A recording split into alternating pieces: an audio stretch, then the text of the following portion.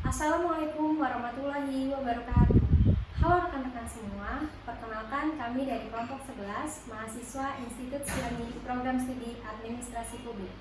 Di video kali ini kami akan membahas tentang aksi pemimpin dalam bernegosiasi. Sebelumnya, izinkan kami untuk memperkenalkan diri terlebih dahulu. Perkenalkan, saya Firaudina Ayu bersama dua rekan saya. Saya Triningsih. Saya Barsan dulu. Baiklah, untuk rekan-rekan semua, simaklah video kami berikut ini.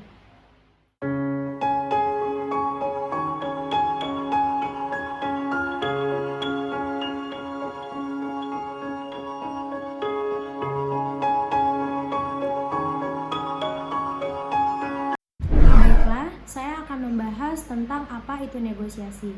Negosiasi merupakan salah satu pendekatan untuk mengelola konflik, baik antar pribadi, kelompok, organisasi, sosial, dan internasional.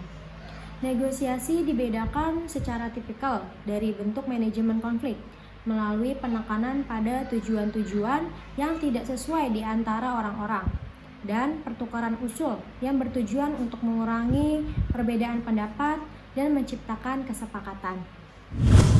Lalu, apa itu konflik? Konflik adalah sebuah persepsi yang berbeda antar anggota dalam melihat sesuatu situasi dan kondisi yang selanjutnya teraplikasikan ke dalam bentuk aksi-aksi dan gesekan, sehingga biasanya akan menimbulkan pertentangan antara pihak-pihak tertentu.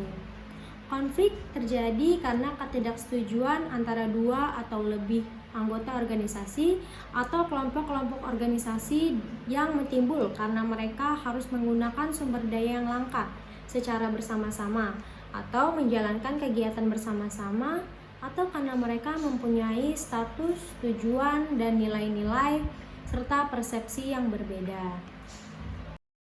Selanjutnya, kita akan membahas pemimpin sebagai negosiator, yaitu harus mampu berpartisipasi dalam memberikan saran dan pendapat, dan membantu menyelesaikan konflik secara kekeluargaan antar pihak yang terlibat konflik. Sebelum memulai interaksi, seorang negosiator yang terampil akan belajar tentang kebutuhan, kepentingan, dan kekhawatiran pihak-pihak lain. Kesepakatan yang bermuatan emosional berpotensi memiliki hambatan yang menyebabkan mereka berjalan mundur dan menjauh dari tujuan dan memungkinkan akan menimbulkan konflik baru. Pemimpin harus mampu merespon gangguan yang dihadapi, karena gangguan merupakan sesuatu yang tidak bisa ditebak. Pemimpin harus bertindak apabila ada tekanan atau situasi yang mengganggu kinerjanya dan bawahannya. Pemimpin harus memperhitungkan dari awal semua situasi lingkungan yang serba tidak pasti. Gangguan bisa saja timbul dalam bentuk bermacam-macam. Pemimpin hendaknya mempunyai kemampuan dalam bernegosiasi. Negosiasi yang efektif selalu melibatkan segala sumber daya yang tersedia. Lalu, peranan pemimpin dalam mengelola bawahannya sangat terikat dengan gaya kepemimpinan yang diterapkannya.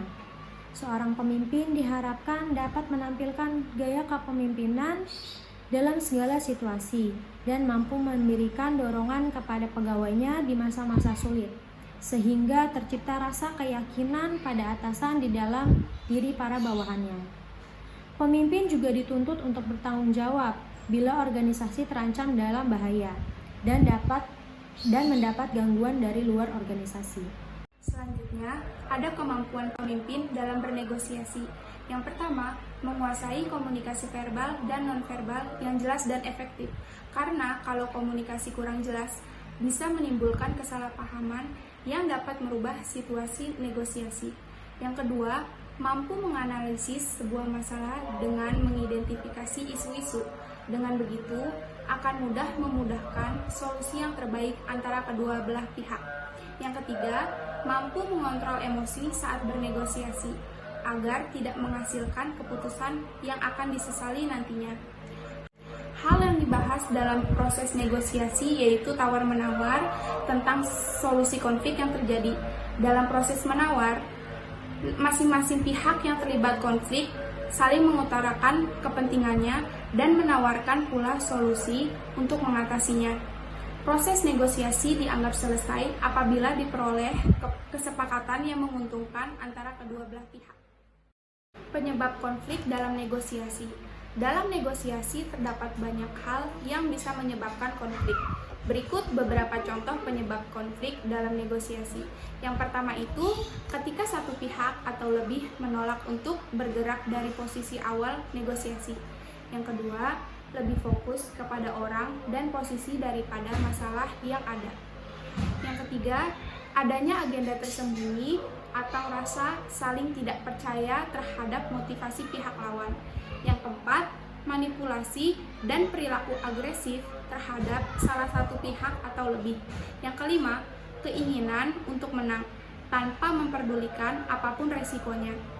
Yang keenam, mengejar sasaran yang terlalu tinggi dan tidak realistis. Yang ketujuh, tidak bersedia meluangkan waktu untuk menjajaki posisi lawan dan atau adanya penolakan untuk menghargai sudut pandang lawan. Yang kedelapan, kurang jelasnya peran atau tingkat otoritas. Yang kesembilan, proses pengambilan keputusan yang tidak jelas. Pada slide selanjutnya, saya akan membahas tentang strategi penanganan konflik dalam negosiasi. Strategi yang pertama yaitu strategi win-win solution. Pada strategi win-win solution, kedua belah pihak berada pada posisi yang menguntungkan, karena dalam perundingan diupayakan menciptakan suasana yang memberikan kesan tidak ada pihak yang kalah dengan mentengahkan pemberian dan keuntungan yang terbaik secara jujur dan adil. Dengan ini, banyak hal yang bisa diraih. Setidaknya ada dua jenis kesuksesan yang bisa tertangkap dengan cara ini. Yaitu, yang pertama, komunikasi strategi menjadi lebih mudah karena mempunyai tujuan bukan untuk mengalahkan partner, melainkan untuk membantunya. Yang kedua, keuntungan win-win solution dalam komunikasi strategi adalah sebuah keuntungan tidak terbatas. Karena proyek akan menjadi lebih sempurna dan proyek-proyek selanjutnya akan lebih terbuka. Strategi yang kedua yaitu strategi win-lose solution. Strategi win-lose solution merupakan strategi yang bertujuan untuk memperoleh kemenangan dengan keinginan untuk mengalahkan pihak lain yang menguntungkan diri sendiri dan merugikan pihak lain. Penggunaan strategi menang kalah tidak dianjurkan karena sering menimbulkan konflik yang berkepanjangan. Strategi yang ketiga yaitu strategi lose-lose solution. Strategi ini merupakan yang merugikan kedua belah pihak, di mana keduanya merupakan pihak yang kalah. Karena perundingan cenderung tidak menggunakan akal pikiran yang sehat, hanya melampiaskan kemarahan dan emosi sehingga tidak akan menyelesaikan sebuah masalah. Pemimpin yang baik merupakan pemimpin yang mempunyai cara-cara yang baik dan menghasilkan hasil yang positif dalam negosiasi yang dilakukan. Pemimpin harus membicarakan dan menemukan solusi dari permasalahan yang dihadapi, lalu menyusun strategi dalam negosiasi yang menguntungkan organisasinya, dan pada akhirnya akan diambil sebuah keputusan yang menyangkut kepentingan organisasi. Selanjutnya yaitu prinsip negosiasi. Prinsip negosiasi terbagi jadi 4. Yang pertama yaitu transparansi. Transparansi merupakan kejujuran. Boleh menggunakan taktik, tapi tidak mengandung unsur kebohongan, sehingga tidak merugikan pihak lain yang terlibat dalam negosiasi. Yang kedua yaitu akuntabilitas. Akuntabilitas atau dapat dipertanggungjawabkan, sehingga dapat konsekuen dengan apa yang dilakukan. Yang ketiga yaitu keadilan.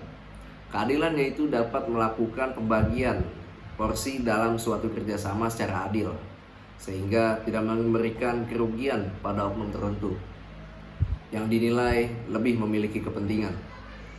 Yang keempat yaitu saling menghargai dan menghormati. Agar terjalin hubungan baik dengan partner, saat pihak lain menyampaikan pendapatnya, hendaknya pihak lain yang mendengarkan, menghargai dan menghormati apa yang disampaikan. Salah satunya dengan tidak memotong pembicaraan. Ini adalah beberapa referensi materi yang kami ambil.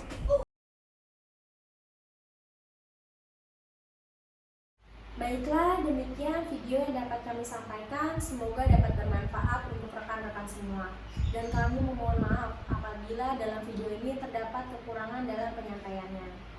Terima kasih atas perhatiannya. Kami harap rekan-rekan dapat memberikan kritik dan saran terhadap video kami.